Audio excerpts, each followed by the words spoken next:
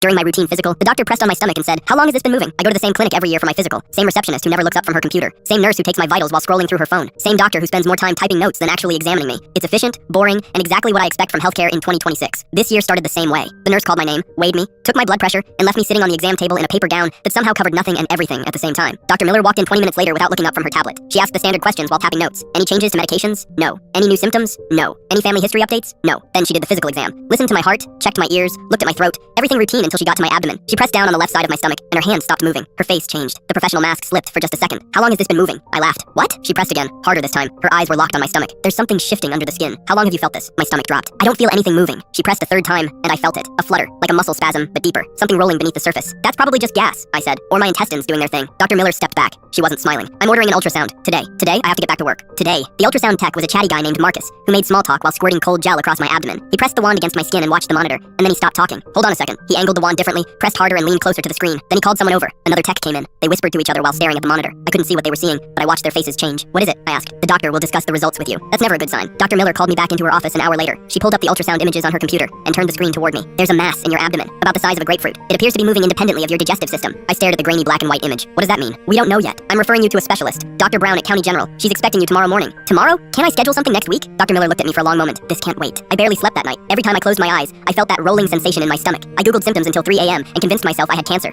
Parasites were some rare disease that only 7 people in history had ever survived. Dr. Brown was the opposite of Dr. Miller. She sat down, looked me in the eyes, and asked me to describe everything I'd been feeling. Every symptom, every change, every weird moment from the past 6 months. I told her about the occasional nausea, the weird bloating that came and went, the fatigue I'd been blaming on stress. She ordered more scans. MRI, CT, blood work. They found me a slot that afternoon. When the results came back, Dr. Brown called me into her office and sat me down. "You have what's called a teratoma. It's a type of tumor that develops from germ cells. In rare cases, these tumors can contain tissue from other parts of the body. Hair, teeth, bone, sometimes even rudimentary organs." My brain stopped working. "What?" "Your teratoma contains muscle tissue that's contracting rhythmically. That's what you've been feeling. The movement." I felt sick. "There's something alive in me?" "It's not alive in the way you're thinking. It's tissue that developed abnormally, but it has enough organized muscle to create movement. It's rare, but it happens." She showed me the scans. I could see it clearly now. A mass wrapped around my intestines, pulsing like a heartbeat. "Is it cancer?" "Most teratomas are benign, but we won't know for sure until we remove it and run a biopsy. Surgery is scheduled for next week." The surgery took 4 hours. When I woke up in recovery, Dr. Brown was standing next to my bed. We got it out. It was larger than we expected, about the size of a small cantaloupe. The pathology came back benign. I exhaled for what felt like the first time in days. "Can I see it?" I asked. Dr. Brown pulled out her phone and showed me a photo. The tumor sat in a metal tray, pink and fleshy, with visible striations of muscle tissue running through it. There were patches of hair growing from one side. I stared at the photo for a long time. That was inside me? For probably 5 to 7 years, based on the size. It was growing slowly. I thought about all the times I'd felt bloated or tired and blamed it on bad sleep or too much coffee. All the times that thing was sitting in my abdomen, pulsing away. What happens now? Recovery takes about 6 weeks. Then you're done. This doesn't come back. I spent the next month healing, watching my stomach shrink back to normal size. Every time I felt a flutter or a twinge, my heart would race until I remembered it was gone. 3 months later, I went back for my follow-up. Dr. Brown did another ultrasound. Everything looks good. No signs of regrowth. I thanked her and walked out of the clinic, finally breathing normally again. Sometimes I still press on my stomach, just checking, making sure nothing's moving that shouldn't be.